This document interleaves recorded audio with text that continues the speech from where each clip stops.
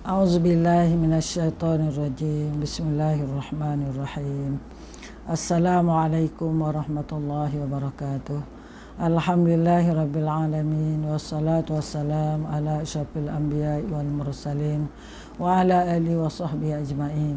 Subhanaka la ilma lana illa ma 'allamtana innaka antas samiul alim. Allahumma shalli ala Muhammadin wa ala ali sayidina Muhammad. Rabbi shrah li sadri wa yassir li amri wahlul 'uqdatam min lisani yafqahu qawli. La haula wa la quwata illa billahil aliyyil azim. La haula wa la quwata illa billahil aliyyil azim. Amma ba'd. Alhamdulillah kita berjumpa dalam episod ke-19 kisah ketokohan kepribadian Sayyidah Aisyah radhiyallahu anha. Di hari ini kita akan sambung kepada cerita iaitu ketokohan Sayyidah Aisyah dalam bidang sastra, sejarah dan juga syair. Dan lepas itu kita akan lihat pula cerita hadis ifki. Jadi mengenai sastra disebutkan bahawa hari itu kita bincang Sayyidah Aisyah radhiyallahu an mahir dalam bidang kedoktoran perubatan, ilmu perubatan. Di hari ini kita akan lihat beliau juga mahir dalam bidang sejarah. Dia memiliki potensi sastra yang kuat dan mahir dalam bidang sejarah.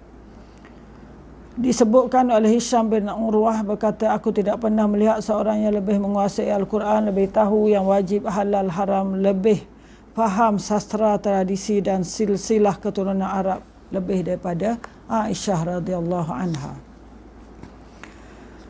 Disebutkan di sini Sayyidah Aisyah radhiyallahu anha adalah mewarisi kepandaian ayahnya Abu Bakar As-Siddiq radhiyallahu an dalam bidang sejarah.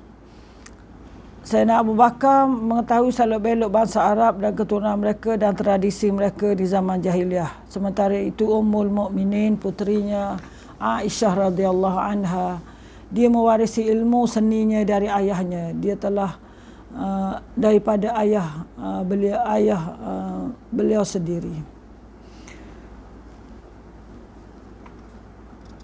Tetapi Aisyah, namun ilmu Aisyah,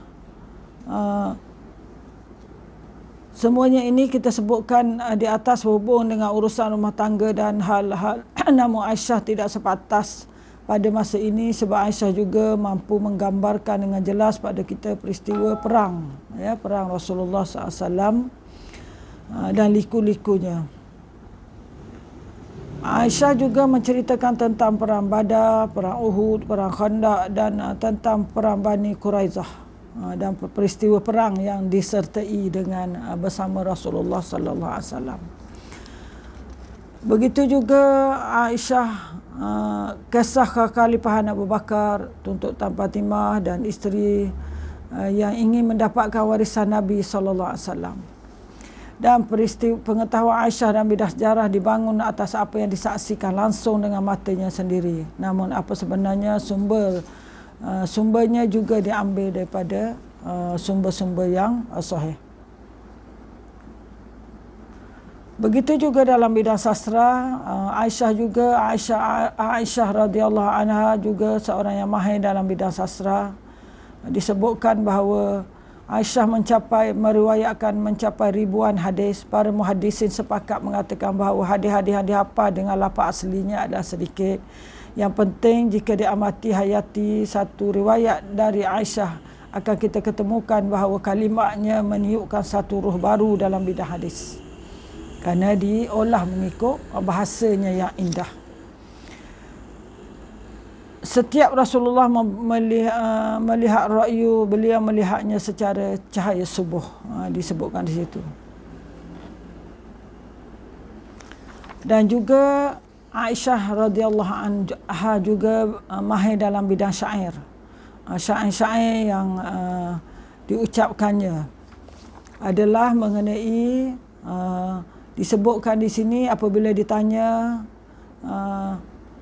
syair itu disebutkan oleh Aisyah radhiyallahu anha bahawa syair itu ada yang baik, ada yang buruk. Ambillah yang baik dan tinggallah yang buruk. Aku sendiri telah meriwayatkan syair-syair Ka'ab bin Malik, ya, syair-syair qasidah yang memiliki 40 atau kurang dari itu.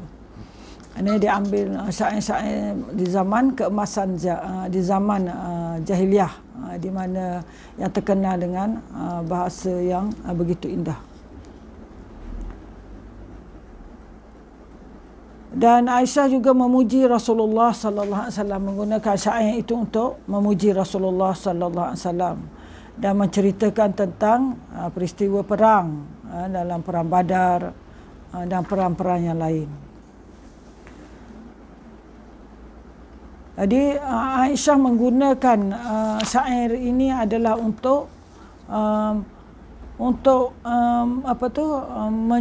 menandungkan syair untuk pahlawan kafir Quraisy yang tewas dalam perang Badar.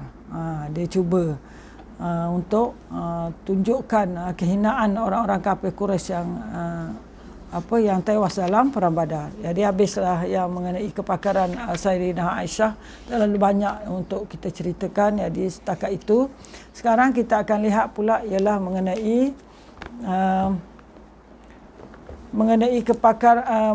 bagaimana peristiwa yang terkenal yang berlaku kepada Sayyidah Ummul Mukminin Aisyah radhiyallahu an yang disebut sebagai hadis ifki, iaitu atau disebut sebagai khabar ifki, merujuk kepada tuduhan curang yang dilemparkan terhadap Sayyidatina Aisyah radhiyallahu an yang dikaitkan dengan perbuatan keji, iaitu zina dengan seorang sahabat yang bernama Safwan bin Mu'attal. Ini adalah tuduhan fitnah yang dilemparkan, yang dibawa oleh Abdullah bin Ubay, seorang munafik. Jadi Aisyah menceritakannya. Ia berlaku selepas peperangan Bani Mustalik, iaitu pada bulan Sya'ban tahun ke-6 Hijrah. Sebelum berlaku peperangan, datang berita dari Bani Mustalik bahawa kepimpinan Al-Haris bin Abi Dira berkumpul untuk bersiap memerangi umat Islam. Jadi Rasulullah SAW segera memerintah umat Islam bersiap sedia menghadapi kabilah tersebut dan sebelum mereka datang menyerang. Jadi Rasulullah pun telah menjadi kebiasaan melakukan pengundian untuk membawa isteri. Jadi bila diundi, maka Aisyah radhiyallahu an telah terpilih untuk turut sama dalam peperangan Bani Mustalik tersebut. Jadi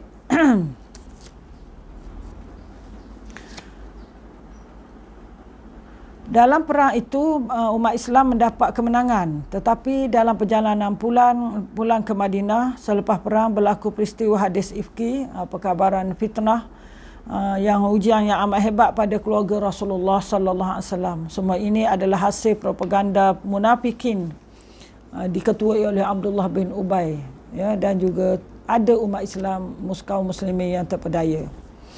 Jadi apa yang sehingga akhirnya turunnya ayat ke-11 untuk mensucikan Sayyidah Aisyah radhiyallahu an. Jadi hadis ini panjang diceritakan oleh Sayyidah Aisyah radhiyallahu an dalam hadis yang muktabar, termasuk dalam Sahih Bukhari dan Muslim. Jadi para sahabat boleh lihat dalam hadis Bukhari dan Muslim cerita tentang hadis ifki. Dikatakan hadis ifki ini adalah kata-kata fitnah yang disebarkan kepada Sayyidatina Aisyah radhiyallahu an. Jadi apabila keluar musafir, jadi disebutkan dalam perjalanan pulang daripada perang itu, jadi tentera tu berhenti rombongan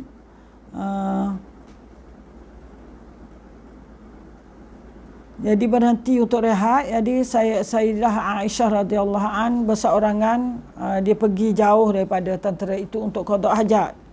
Setelah selesai, ini Aisyah ceritakan, tiba-tiba aku dapati manik-manik azfar. Dia ada kata manik ancang rantai leher yang dibuat daripada, ada kata batu manik terbuat daripada kayu, manik-manik rantai itu. Ada kata dibuat daripada, ini bukanlah yang mahal, dia hanyalah batu yang murah sahaja, manik dari batu zafari. Ada kata hanya rantai itu hanyalah 12 dirham saja.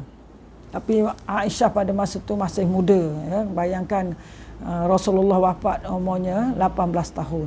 Jadi makna sebelum wafat ni berapa tahun umur dia, 15 ke berapa, begitulah, ya. Itu kita tak siapa tak ingat umur berapa berlakunya peristiwa hadis ifki ini.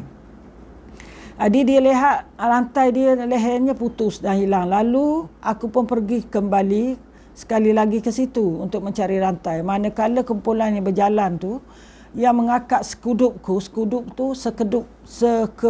sekedupku ni, ada yang duduk atas unta yang tutup tempat orang duduk.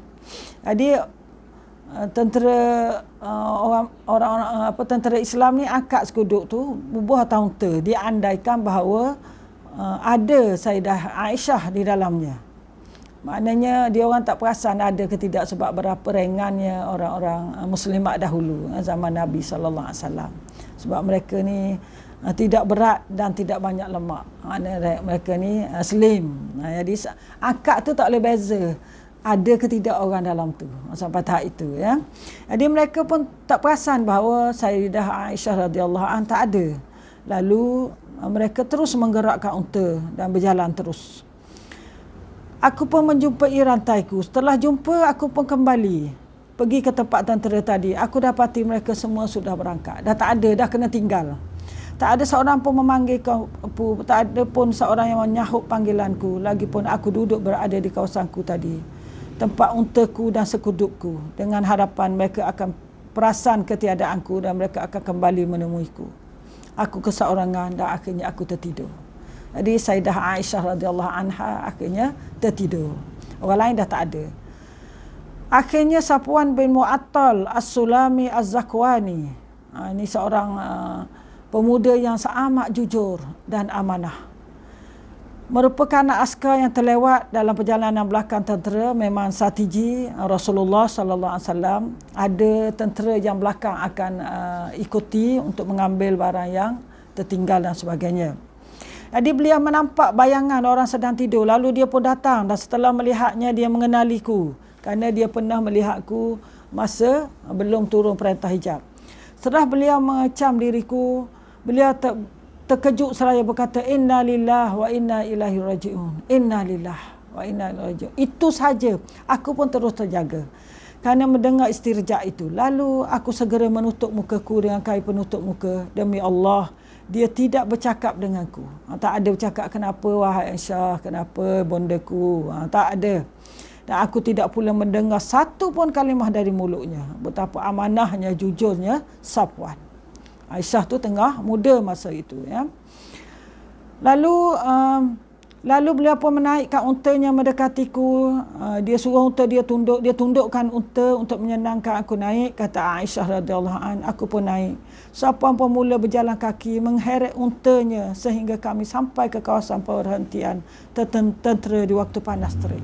Jadi betapa jujurnya Safwan ni, dia tak naik sama. Tak ambil pulang pula naik berdua. Tidak sekali-kali. Safwan heret unta itu di depan, maka Aisyah duduk atas unta itu untuk menyelamatkan Aisyah. Jadi sampailah.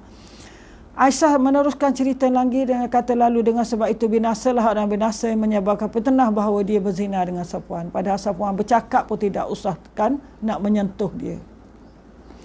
Setelah sampai di Madinah, aku ditimpa demam selama sebulan, sedangkan orang ramai pun dah heboh cerita tu, tapi dia tak tahu.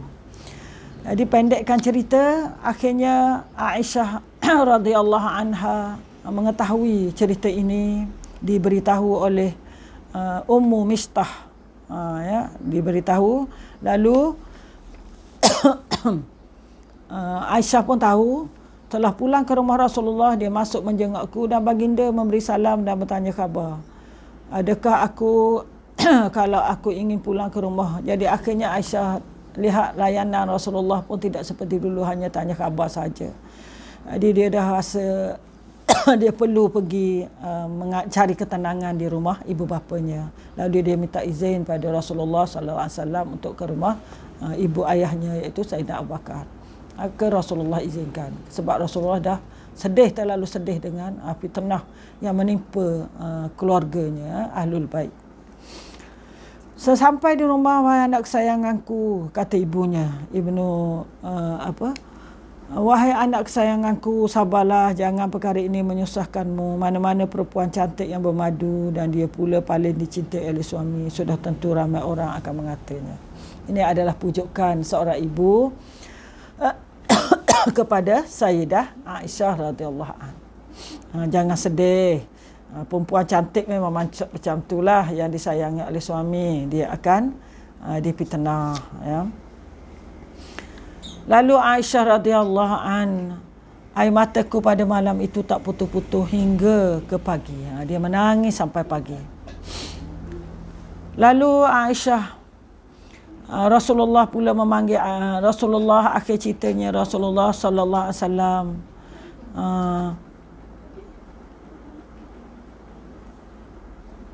bertanya kepada pendapat sahabat-sahabat. Semua sahabat mengatakan bahawa Aisyah ini adalah orang yang baik. Ya, dia adalah budak yang sangat baik. Ya, maka tidak dia adalah contohnya. Ditanya pada wahai Barirah, itu khadam Aisyah, pekerja pada Aisyah, pembantu Aisyah, bagaimana kamu dapati Aisyah? Lalu disebut, tidak, demi Allah yang memutuskan dengan kebenaran, aku tidak pernah melihat pada Aisyah satu perkara yang meragukan. Cuma aku menganggap beliau adalah seorang budak masih mentah yang boleh tertidur ketika menjaga tepung keluarganya, lalu datanglah binatang memakannya. Ini dia budak lagi, dia jaga tepung, datang burung makan pun dia tak sedar, ya. Itu yang lain tidak ada. Lalu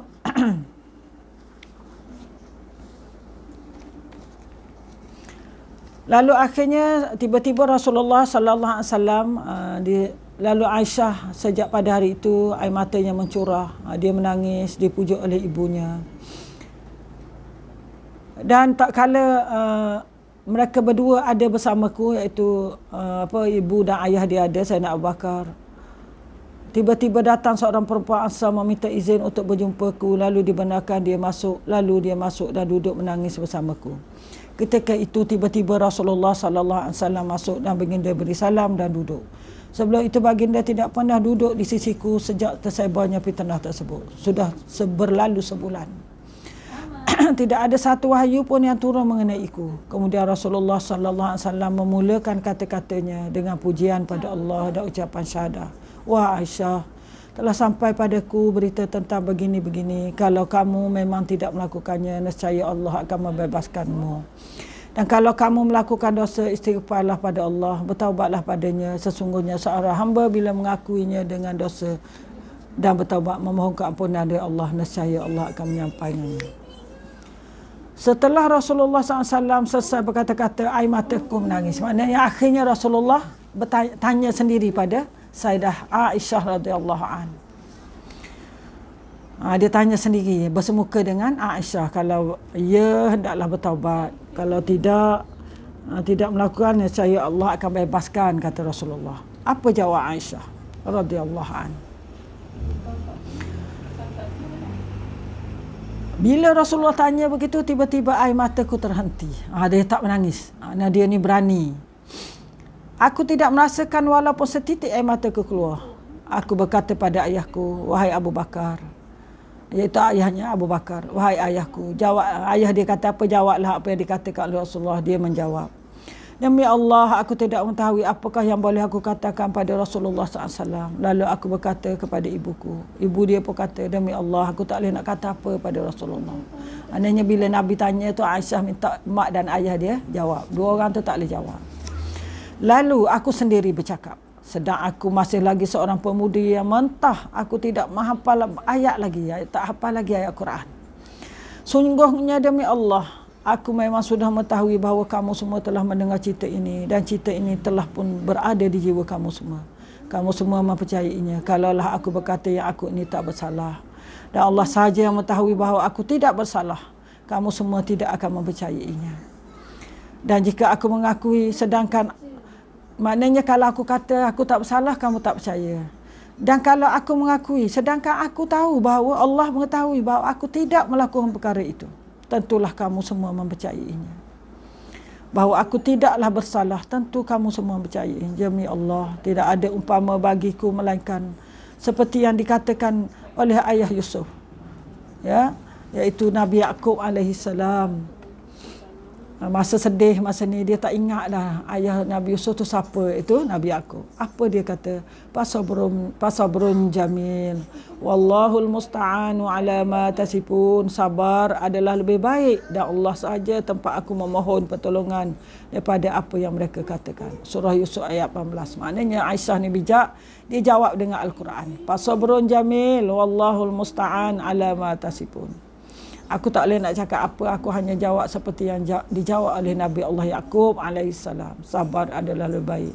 Allah saja tempat aku memohon. Pada ketika itu aku yakin bahawa aku tidak bersalah. Aku sendiri menyatakan aku tidak bersalah.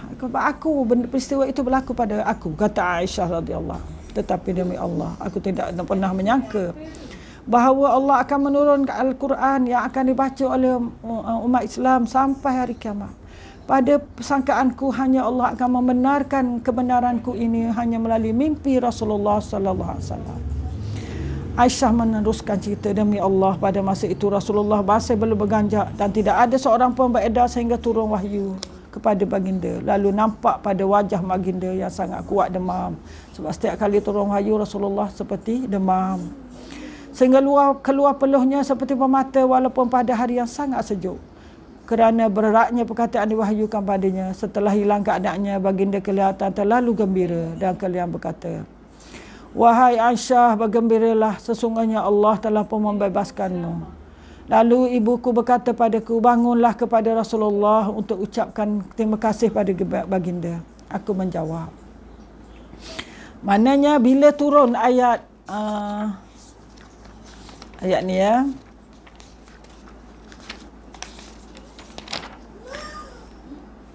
ayat 11 surah An-Nur, innal ladzina ja'u bil ifki usbatum minkum la tahsabuhu syarran lakum bal huwa khairul lakum likulli imri'in minhum maktasaba minal is wallazi tawalla kibrahu minhum lahu azabun azim. Diharap sahabat tengok sendiri ya. Ayat 11 turun untuk menyucikan Aisyah daripada tuduhan fitnah zina dengan Safwan. Lalu bila turun ayat ni, Rasulullah sallallahu alaihi wasallam amat gembira. Bergembiralah sesungguhnya. Makna ayat ni turun menyucikan Aisyah. Allah sucikan Aisyah dan ayat ini dibaca oleh orang sampai hari kiamat. Hebatnya Aisyah. Aisyah radhiyallahu anha. Aisyah radhiyallahu anha kerana dia disucikan oleh Allah Subhanahu wa taala. Sebab itu ibunya suruh bila Rasulullah cerita, demi Allah ibuku suruh padaku bangun kepada Rasulullah untuk ucap terima kasih. Tapi Aisyah kata apa? Demi Allah aku tak akan bangun padanya, pergi memeluknya. Aku tak akan memuji kecuali hanya pada Allah. Sebab apa dia tak nak? Ya, dia tak nak ucap terima kasih pada Aisyah kepada Rasulullah sebab yang menyucikan dia ialah Allah. Sebab itu dia hanya akan memuji Allah Subhanahu Wa Taala. Di sini satu lagi kita nampak kebijakan dan kecerdasan Aisyah bahawa yang bersihkan dia, yang puji dia ialah Allah. Maka dia akan puji Allah. Yang tolong dia adalah Allah. Ya. Sungguhnya segolongan dari kamu yang membawa berita dusta itu. Itu ayat 11 hingga ayat 12 surah An-Nur. Jadi insya-Allah kita akan sambung pada siri akan datang. Bagaimana kita lihat ketegasan Aisyah dan sucinya Aisyah di sisi Allah Subhanahu Wa Taala. Jadi selepas ini, kalau ada lagi orang yang selepas turunnya ayat ini, kalau ada lagi orang yang menuduh Aisyah dengan perkara sumbang dengan Safwan itu, maka dia adalah kafir. Sebab Allah telah jelaskan kepalsuan fitnah itu, maka kalau dia tak percaya dengan ayat-ayat itu, bermakna dia adalah kafir kerana tidak percaya pada ayat Allah. Jadi itulah dia, kita ambil pengajaran daripada kebijaksanaan dan kesabaran Sayyidah Aisyah. Jadi subhanakallahumma bihamdik asyhadu an la ilaha anta astaghfiruka wa atubu ilaik. Wallahu alam. Wassalamualaikum warahmatullahi wabarakatuh.